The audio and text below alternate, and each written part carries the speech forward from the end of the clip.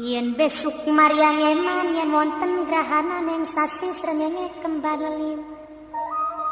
Terus nih. Lintang alit gumlareng siti.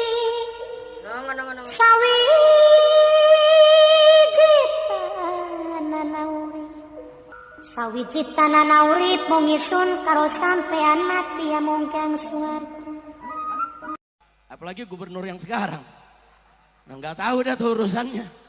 Hati-hati aja Jawa Barat jadi kabupaten atau provinsi berhala. Hati-hati. Hati-hati. Ini di Jawa Barat nih sedang ada ala khatarin azim. Sedang ada bahaya besar. Alhamdulillah ketika itu Bupati ikut mendukung. Bahkan ketika itu Pak Kiai setiap tahun Pak Bupati hadir. Ikut mendukung kegiatan ini. Saudara, ketika itu tahu Bupati yang sekarang. Apalagi gubernur yang sekarang. Nah, nggak tahu dah tuh urusannya. Hati-hati aja Jawa Barat jadi kabupaten atau provinsi berhala. Hati-hati. Ayo semuanya nih, hati-hati nih Jawa Barat, Jawa Barat. Jawa Barat. Bu, mana ibu-ibu? Bu. Angkat tangannya, Bu. Hati-hati, ini di Jawa Barat nih sedang ada ala khatarin azim. Sedang ada bahaya besar. Pengalaman di Purwakarta bagaimana saya dan kawan-kawan, para kiai, para ulama di Purwakarta, saudara, melawan habis-habisan agar Purwakarta tidak dijadikan sebagai kota berhala, saudara. Yang saya tidak mau terjadi di Jawa Barat ini, saudara, karena yang bersangkutan pernah memimpin Purwakarta dirubah jadi kota kiai, kota santri menjadi kota berhala. Enggak boleh Jawa Barat dirubah menjadi provinsi berhala. Betul? Betul? Siap robohkan berhala, siap hancurkan berhala, siap sepikan Jawa Barat dari segala berhala. Takbir. Saudara, pilkada boleh kalah, tapi perjuangan Islam enggak boleh kalah. Betul? Betul? Pilkada kita kalah, tapi bukan berarti perjuangan Islam kita berhenti. Betul? Siap tetap berdakwah, siap tetap beramal ma'ruf nahi munkar, siap untuk lawan kemusyrikan, siap untuk terus sebarkan Islam. Takbir. Sallu ala nabi. Kerusakan di mana-mana. Maka satu-satunya benteng bagi NKRI, baik masa sekarang atau di masa yang akan datang, benteng NKRI adalah para santri, saudara-saudara. Nah, santri-santri di daerah-daerah, santri-santri di tempat-tempat, itu tergantung tempatnya. Santri-santri itu tergantung tempatnya. Kalau tempatnya tempat kemusyrikan, kalau tempatnya tempat banyak berhala, tempatnya tempat banyak patung, kotanya kota kemusyrikan, kota maksiat, maka sedikit daripada santri-santri itu yang akan mendapatkan manfaat dan barokah daripada ilmu, saudara-saudara. Jangan harap Purwakarta bisa menjadi kota santri selama masih banyak kemusyrikan di kota Purwakarta, saudara-saudara. Jangan harap. Jangan harap, potong lidah saya. Mungkin kalau Ustadz saya jawaban nggak berani untuk nyebut nama. Kalau saya sebut Deddy Mulyadi, saudara-saudara.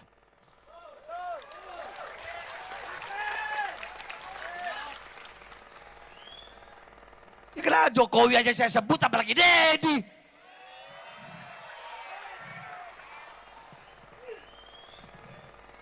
Betul? Betul? Betul? Saya nggak ada urusan, saya nggak ada urusan. Nggak ada urusan saya. Iblis saya makan kok. Deddy lagi. Dengar-dengar mau nyalon gubernur dia. Mau nyalon dia ya, dengar-dengar. Kalau dia sampai jadi gubernur, kemarin Purwakarta jadi kota kemusyrikan, kalau dia sampai jadi gubernur Jawa Barat, maka Jawa Barat akan dia bikin jadi daerah yang penuh dengan kemusyrikan, saudara-saudara. Makanya yang kayak begitu harus ditumbang. Harus ditumbang. Bodoh amat, terserah. Kalian mau bilang saya apa kayak terserah. Kenapa? Saya tidak rela. Saya bukan orang Jawa Barat, saudara-saudara. Saya orang Sulawesi. Tapi saya tinggal di Jawa Barat. Di mana saya ditinggal, di situ saya junjung, saudara-saudara. Di mana saya tinggal, jangankan tinggal, di mana kaki saya berpijak, maka di situ semua adalah saudara-saudara saya. Siapapun mereka, siapapun agamanya, apapun rasnya, apapun sukunya, apapun warna kulitnya, selama kaki saya menginjakkan kaki saya menginjak di tanah Indonesia, dimanapun wilayahnya, dimanapun kabupatennya, dimanapun kotanya, dimanapun daerahnya, maka saya akan berada di pihak rakyat untuk membela rakyat sampai titik darah penghabisan, saudara-saudara. Allahu Akbar. Siap lawan kemusyrikan. Siap lawan kemusyrikan. Siap lawan kemusyrikan. Allahu Akbar. Deddy Mulyadi, kalau anda serius mau perang, jangan gunakan masyarakat. Ayo kita janjian saja. Hari apa, tanggal berapa, jam berapa, tempatnya di mana. Anda yang tetepin, kita akan datang. Takbir. Saya mau tanya umat Islam, siap hadir? Siap duel 1 lawan 1? Siap tangan kosong? Siap pakai golok? Siap pakai parang? Siap pakai basoka? Siap pakai AK? Silakan Deddy Mulyadi, tetepin. Enggak, kita enggak bakal mundur. Sudah, kami sudah pengalaman perang di Ambon, di Poso, dan di berbagai negeri. Kita mau tahu nyalinya Deddy perang sampai di mana, sudah. Datang nih makhluk namanya Deddy. Bukan emang bener makhluk. Makhluk bukan. Makhluk bukan. Makhluknya ini makhluk tuh. Datang nih makhluk jadi bupati di Purwakarta, saudara. Pesantren ini beberapa tahun terakhir mau diganggu, mau diganggu. Allahu Akbar. Nah, dari situlah saudara muncul pemikiran para ajengan, para kiai yang disampaikan oleh ajengan Muhammad Sen datang ke Jakarta. Saat itu saya belum bikin pesantren di Megamendung, belum. Ketika itu tahun 2011-an itu Pak Kiai, 2010-2011. Saya mulai bangun pesantren 2013. Nah, jadi akhirnya para kiai datang, saya setuju, saudara. Tapi kita buat tidak malam tahun barunya. Dan alhamdulillah ketika itu Bupati ikut mendukung. Bahkan ketika itu Pak Kiai setiap tahun Pak Bupati hadir, ikut mendukung kegiatan ini, saudara. Ketika itu tahu Bupati yang sekarang, apalagi Gubernur yang sekarang. Nah, nggak tahu dah tuh urusannya. Hati-hati lagi Jawa Barat jadi kabupaten atau provinsi berhala, hati-hati. Ayo semuanya nih, hati-hati nih Jawa Barat. Bu, mana ibu-ibu? Bu, angkat tangannya, Bu. Hati-hati, ini di Jawa Barat nih sedang ada ala khatarin azim. Sedang ada bahaya besar. Pengalaman di Purwakarta bagaimana saya dan kawan-kawan, para kiai, para ulama di Purwakarta, saudara, melawan habis-habisan agar Purwakarta tidak dijadikan sebagai kota berhala. Yang tadi yang terakhir ingin saya sampaikan, ini penting sekali. Pesantren ini beberapa tahun terakhir mau diganggu, mau diganggu, saudara. Jadi ada mau ganggu, mau gusur ini pesantren, mau usir ini pesantren, mau tutup ini pesantren, dan menyebar fitnah. Katanya pesantren ini nyerobot tanah negara. Nah, ini perlu saya luruskan. Jadi supaya semua mumpung ini lagi kumpul nih semua nih, supaya tahu, saudara. Tanah ini, saudara, sertifikat HGU-nya ya atas nama PTPN, salah satu BUMN. Betul, itu tidak boleh kita pungkiri, saudara.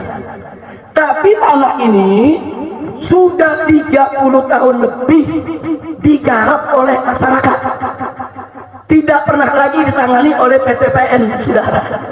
Catat itu baik-baik. Poin pertama, sertifikat HGU tanah ini, saudara, itu milik PTPN. HGU bukan hak milik. HGU hak guna usaha, saudara, bukan hak milik.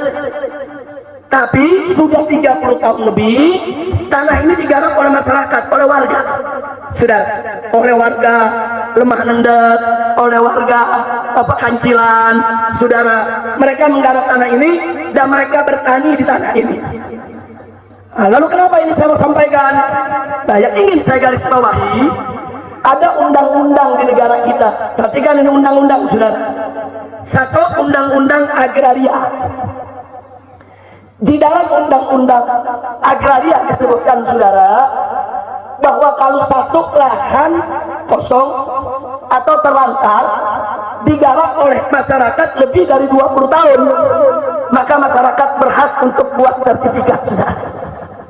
Ini bukan 20 tahun lagi, sudah lebih dari 30 tahun. Berarti masyarakat berhak tidak? Bukan ngambil tanah negara, saudara.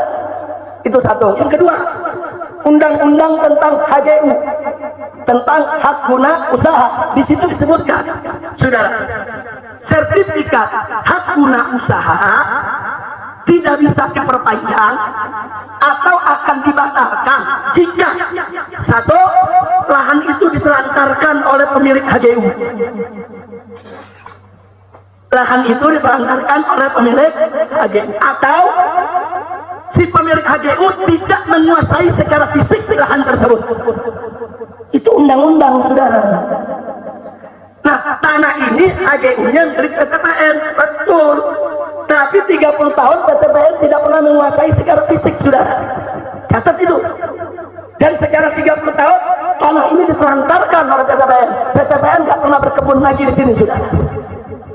Berarti HGU-nya seharusnya rata. Lalu kalau sudah batal, untuk siapa? Untuk warga yang menggarap, untuk para petani. Kira-kira jelas tidak? Nah, lalu bagaimana masuknya saya dan kawan-kawan ke tempat ini? Kami bayar kepada petani, bukan ngerampas, saudara. Kami datangin petaninya, ada mau jual lahannya gak? Saya dan keluarga ingin bangun pondok pesantren di sini. Para petaninya rame-rame datang, Habib bayarin tanah kami, Habib, kalau buat pesantren. Jadi mereka datang, ada yang punya 1 hektar, ada yang punya 2 hektar, ada yang punya cuma 1/2 hektar. Datanglah mereka membawa surat, ditandatangani oleh lurah, saudara. Ada tanda tangan RT dan RW. Jadi tanah ini semua ada suratnya, bukan merampas. Itu namanya saya memberi overgarap. Saya tidak membeli hak milik, bukan hak milik saya.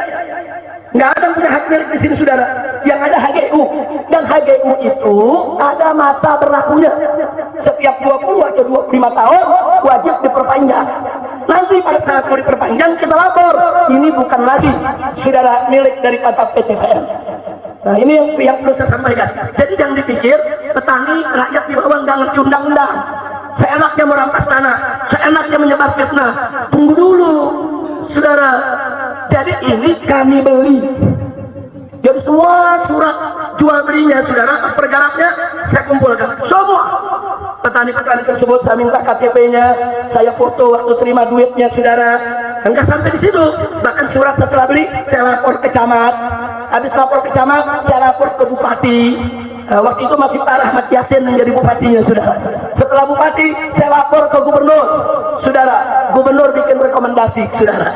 Nah, jadi sekali lagi, ini tanah, ya, HGU-nya memang dari PTPN. Tapi rakyat tidak merampas, tidak. Mereka sebagai penggarap. Kira-kira jelas tidak? Jelas tidak? Saya bertanya, penggarap itu perampas bukan?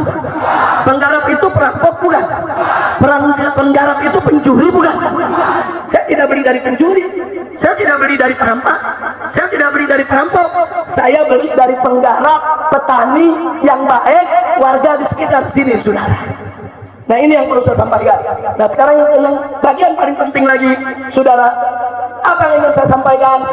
Ini saya beli, saudara, dengan uang saya, uang keluarga saya, uang kawan-kawan saya, uang kerabat saya, uang sahabat-sahabat saya, bahkan ada uang titipan umat, dan semua, mau yang dari saya ke, mau yang dari umat ke, semua ini wakaf untuk umat, saudara. Jadi ini nggak ada tanah pribadi di sini, saudara. Kami saat ini mentarget ada 100 hektar tanah. Di sini insya Allah akan menjadi markas syariat. 80 hektar, saudara, itu sudah dikuasai oleh markas syariat. Nah, saya katakan sekali lagi, tidak sejengkal tanah pun untuk saya atau putri saya atau cucu saya atau menantu saya, saudara, atau keluarga saya. Enggak, ini untuk umat. Jadi kalaupun di sini ada rumah yang saya tempati, saudara, kalau saya sudah tidak mengajar di sini, kalau saya nggak mau lagi urus MS, ya saya mesti keluar. Nggak boleh saya tinggal di sini, saudara. Karena ini wakaf untuk umat. Bukan itu saja. Ini kitab-kitab saya beli. Ini ada puluhan ribu judul, saudara. Ini saya kumpulkan dan semenjak saya sekolah. Dulu saya sekolah dapat beasiswa setiap bulan. Saya pakai separuh buat keluarga, separuh lagi buat beli kitab, saudara. Nah, sampai terkumpul sekarang ini puluhan ribu judul. Dan saat ini di Mekah masih ada 207 karton belum ke bawah, saudara. Untuk apa? Kitab-kitab ini juga bukan untuk saya pribadi, bukan untuk anak saya, bukan untuk cucu saya, bukan untuk penuntu saya, tidak, tapi untuk umat di pondok pesantren markas syariat, sehingga siapapun boleh untuk baca dan istifadah, saudara.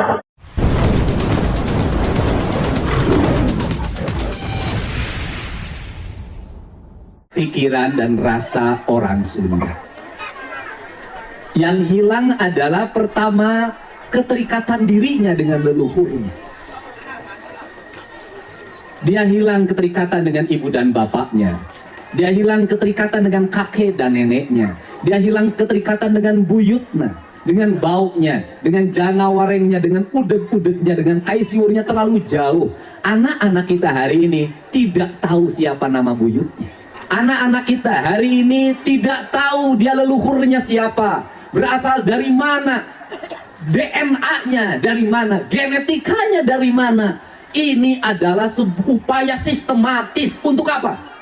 Untuk menghilangkan ikatan emosional, terutama orang Sunda dengan leluhurnya.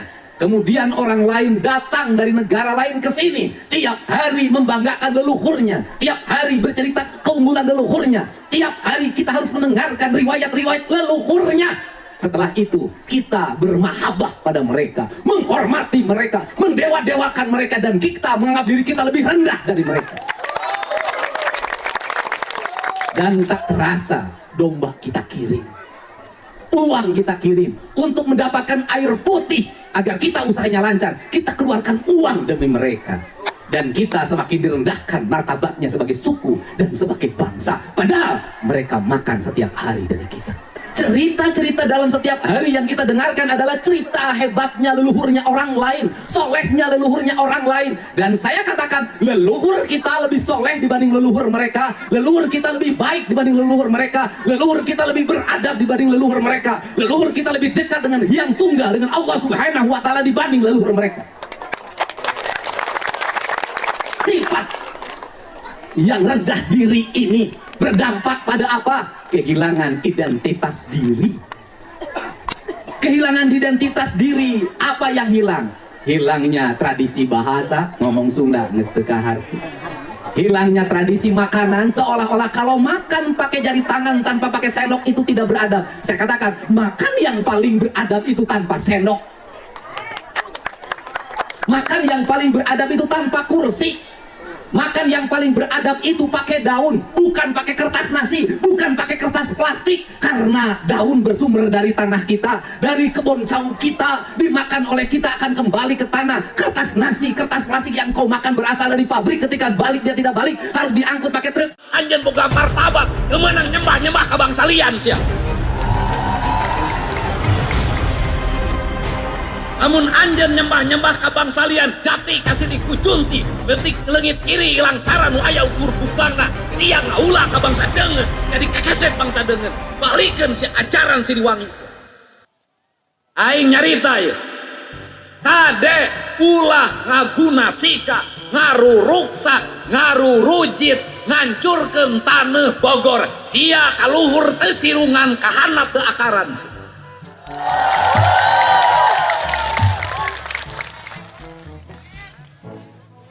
Kumaha, hei, harap yen kebijakan ke kaharep Bogor benerkeun deui tata ruangna nu bener. Benerkeun deui gunungna kudu awian, lengkobna kudu balongan, lebakna kudu sawahan. Hei, di kampung adat belah ditu, hei, belah ditu, belah dieu, ulah dirurujit, ulah diruruksak sabab naon? Ieu tetenger kamakmuran Nusantara. Ngan urang Bogorna kudu saladar siapa? Sadarna kumaha geura inget yen anjeun nu ngawasa di Bogor, yen anjeun seueusiwi Pajajaran, yen anjeun kudu boga rasa jeung rumasa, yen anjeun kudu boga harga diri, sing percaya anjeun turunan Pajajaran, turunan Siliwangi, anjeun boga martabat, teu meunang nyembah-nyembah ka bangsa lian sia. Namun anjeun nyembah-nyembah ka bangsa lian, jati kasih dikucunti, leutik leungit ciri ilang cara nu aya ukur bukangna, siang ngaula ka bangsa deungeun, jadi kakeset bangsa deungeun, balikeun si ajaran Siliwangi sia. Di ayeuna sia, ai kakaruhun sia teu apal nu ngawangun Pajajaran ngawangun Bogor, ai karuhun batur pun sia dihormat-hormat, sia jadi runtah di lembur sorangan.